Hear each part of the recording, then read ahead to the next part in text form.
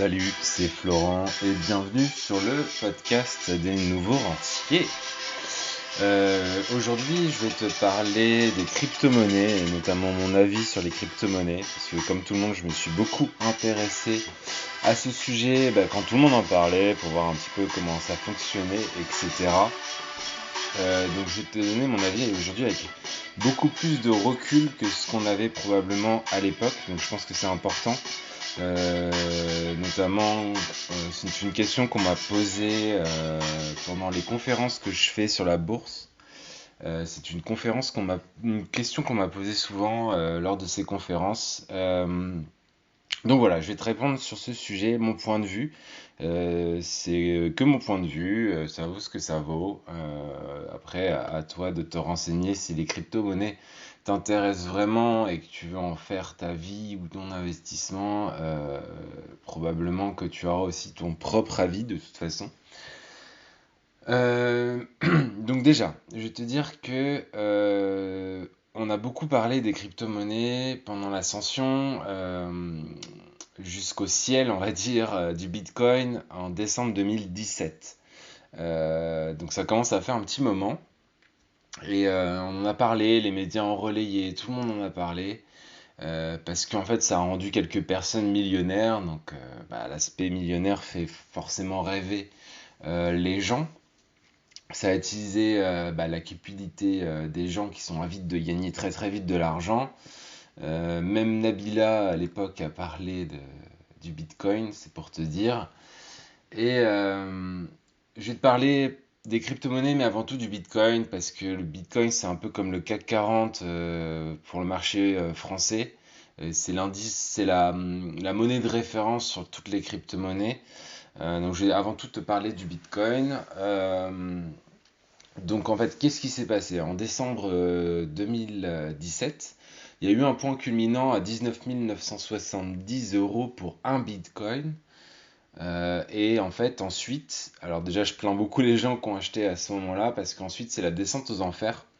Il y a une chute de moins 85% jusqu'en décembre 2018. Donc pendant un an, en fait, ça fait que baisser. Donc les investisseurs qui ont débuté dans les crypto-monnaies et qui étaient avides, ils ont vu leur investissement qui a fondu vraiment comme neige au soleil. T'as toute la valeur, je sais pas si t'avais mis 10 000 euros, t'as perdu 8 500 euros en un an. Donc ça commence à faire beaucoup. Bien sûr, il y en a qui ont gagné de l'argent grâce au Bitcoin. Parce qu'il y en a certains qui ont vendu, qui ont acheté plus bas et qui ont réussi à vendre au point culminant. Il y en a qui ont vendu mais qui n'ont pas trop perdu. Et il y en a qui ont gardé par conviction sur la technologie et sur ce que ça représente, et qui donc gardent leur crypto-monnaie contre vents et marées, on va dire. Et ceux qui ont gardé ont presque eu raison, parce que le Bitcoin, ensuite, de décembre 2018 à juin 2019, il est remonté autour de 13 970 euros pour un Bitcoin. Et en fait, donc ces personnes-là ont peut-être revendu à l'équilibre, on va dire. Ça dépend à quelle valeur ils ont acheté, un an et demi plus tard. Donc ça va vraiment dépendre des cours d'achat de ces personnes et comment elles ont géré tout ça. Moi-même d'ailleurs j'avais pris un trade à l'époque où ça remontait, j'avais mis peut-être 500 euros et j'avais gagné peut-être 60%, donc j'ai gagné un peu plus de 250 euros, presque 300 euros quoi. Mais, euh, Mais moi, je voulais pas te parler de trading, parce que c'est une chose, le trading avec les crypto-monnaies. On peut bien sûr, c'est des monnaies qui sont très volatiles, donc on peut trader les crypto-monnaies, mais comme on peut trader la bourse, comme on peut trader le forex, donc les devises, on peut trader tout un tas de choses. Ce que je veux dire, en fait, c'est qu'on voit les cryptos comme un moyen, en tout cas à cette époque, les gens ont vu les crypto-monnaies comme un moyen d'enrichissement rapide. Sauf qu'en fait, le train qui avait rendu les gens millionnaires, il était parti bien bien avant décembre 2017. pour le Bitcoin. C'est des gens qui étaient un peu geeks finalement, qui ont mis de l'argent dans les années 2010, qui sont devenus millionnaires. Et tant mieux pour eux. Mais par contre, le problème, c'est que les gens en 2017 qui se sont réveillés, ils ont cru qu'ils allaient devenir millionnaires en quelques mois, et en fait, ils ont très vite déchanté. Aujourd'hui, en 2020, je pense qu'il faudrait être un peu fou pour mettre plus de 10% de ton patrimoine total sur les cryptos. Donc ça veut dire que même si tu as, je sais pas, 10 000 € de patrimoine, bah, ça fait que 1 000 € investis sur les cryptos. Et ensuite, avec ces 1 000 €, tu as deux possibilités. Soit tu t'amuses à faire du trading sur les cryptos comme j'ai pu le faire par le passé, sauf qu'en ce moment, bah, c'est pas forcément le meilleur moment parce que ça stagne, enfin, il y a des choses, à mon sens, aujourd'hui, il y a des choses qui sont beaucoup plus rentables que ça pour faire du trading que les crypto-monnaies. Donc ça, c'est la première option, faire du trading avec ces 1 000 €. Et la deuxième option, c'est soit tu peux te renseigner un minimum et te mettre du coup à croire en cette technologie. Et du coup, là, l'approche, elle est complètement différente parce que ça devient une conviction qui est personnelle. C'est-à-dire que tu crois, comme peut-être des gens à l'époque où il n'y avait pas Internet, il y a Internet qui est arrivé, il y a des gens qui se sont mis à croire en Internet et à mettre de l'argent dans Internet. Et ces gens-là étaient peut-être vus comme des gens un peu fous à l'époque. Et ils avaient raison. Euh, donc voilà, ça peut devenir une conviction personnelle. Mais même dans ce cas, on retombe de toute façon sur ces 5 à 10% de patrimoine à investir. Sauf si, je sais pas, tu travailles dedans et tu sais exactement comment ça fonctionne et ce que ça promet, ce qui n'est pas mon cas, hein. Et peut-être que du coup, tu peux investir plus que ça de ton patrimoine. Mais ensuite, bah, il faudra choisir le type de crypto. Tu en as des milliers aujourd'hui. Il faudra acheter une clé spéciale, je crois, pour mettre son portefeuille de crypto-monnaie dessus. Bref, il va falloir passer du temps dessus. Donc, à part si c'est une passion pour toi, vraiment, je vois pas forcément l'intérêt d'investir sur les crypto-monnaies. Donc, si je continue plutôt avec mon avis vraiment personnel, qui m'est propre, parce que je me suis renseigné un minimum à cette époque, je pense que c'est une technologie qui est prometteuse, mais qui n'est pas encore mature aujourd'hui. Une raison principale à laquelle on voit que c'est pas mature, c'est qu'elle n'est pas utilisée aujourd'hui par le grand public. Tu fais pas des courses avec des crypto-monnaies. T'achètes pas des contrats d'assurance avec des crypto-monnaies, comme peuvent le proposer certaines crypto-monnaies avec des smart contracts, ils ont appelé ça. Euh, donc aujourd'hui, c'est une technologie qui existe, mais qui est encore en développement. Elle n'est pas encore utilisée par le grand public et encore moins en France, peut-être dans d'autres pays qui ont moins accès au système bancaire, qui eux commençaient à payer une crypto-monnaie bien avant nous. Euh, et un truc aussi qui m'interpelle, c'est que le Bitcoin, c'était la première crypto-monnaie. Mais au final, est-ce que c'est vraiment celle qui va sortir du lot dans l'avenir? Si on fait un comparatif, bah, le premier moteur de recherche d'Internet, c'était pas Google. Le premier réseau social dans le monde, c'était pas Facebook. Donc tu vois où je veux en venir. Donc personnellement, pour l'instant, je préfère rester à l'écart, côté investissement long terme. Je fais un peu de trading de temps en temps.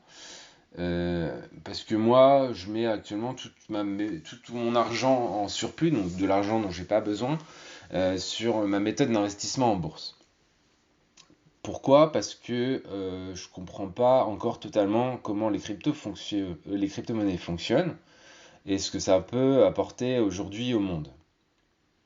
Et un des principes numéro un que j'ai et que j'ai pas sorti de mon chapeau, c'est un des principes de Warren Buffett, qui est un des plus gros investisseurs du monde, c'est que je n'investis pas dans ce que je ne comprends pas. À tort ou à raison, on verra bien, mais pour l'instant, je considère que je ne connais pas suffisamment, et même quand on cherche sur Internet, c'est toujours un peu flou, je trouve, Donc je comprends pas vraiment comment fonctionne tout ça, à part que ça soulève des fonds et qu'il y ait de l'argent, des gens qui mettent de l'argent dessus.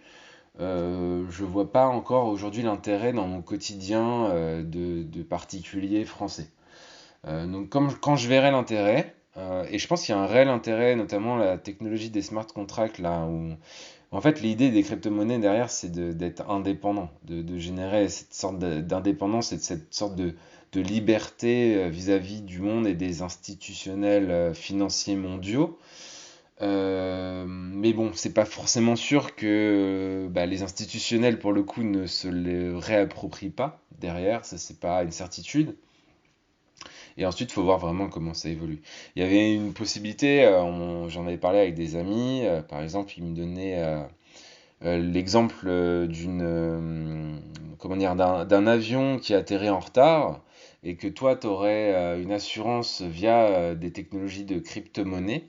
Et cette assurance, en fait, elle va chercher les datas directement du vol qui est en retard et elle te rembourse par rapport à ton contrat, comment il fonctionne. Par exemple, je sais pas si tu as un contrat d'assurance qui te dit tu as 1 heure de retard, on te rembourse 20% de ton billet d'avion. Et bien en fait, tu n'as plus les démarches de papier à faire. La technologie fait qu'elle va aller chercher directement l'information parce qu'aujourd'hui tout est connecté et elle va te rembourser instantanément. Donc ça, c'est un intérêt parmi d'autres, la suppression des intermédiaires. Donc ça peut être la suppression des assurances, ça peut être la suppression des notaires dans des transactions immobilières. Tu vois, il y a tout un tas de professions intermédiaires qui pourraient être à terme complètement remaniées, je dis pas disparaître, mais au moins remaniées dans leur métier actuel en tout cas. Donc on verra dans l'avenir. Donc ça, c'est côté investissement long terme. Pour résumer, j'y crois pas encore suffisamment pour mettre de l'argent. Et en tout cas, aujourd'hui, je considère que ça rapporte pas non plus suffisamment. J'ai des méthodes qui rapportent beaucoup plus, notamment ma méthode en bourse sur le long terme. Donc je vois pas l'intérêt de mettre sur des cryptos pour l'instant. Et sur le deuxième aspect, côté trading, moi je préfère trader les devises ou copier des traders parce que c'est plus concret et ça apporte de l'argent toutes les semaines avec des rendements qui sont beaucoup plus intéressants ce que peut proposer les crypto-monnaies qui se sont encore, bah, comme la bourse, hein, qui se casse la figure là. Rien qu'au mois de mars, on a perdu 36% sur le Bitcoin. Et en février, on avait perdu 8%. Donc bon, à l'image de la bourse, pour le coup, je pensais que ça allait plutôt être une valeur refuge, c'est-à-dire que les gens allaient plutôt acheter des cryptos, sachant que la bourse se casse la figure.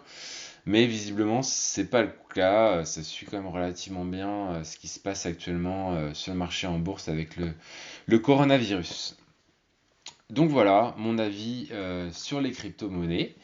Donc j'espère que ce podcast t'a plu. S'il t'a plu, bah, parle-en autour de toi. C'est le meilleur moyen de me faire connaître.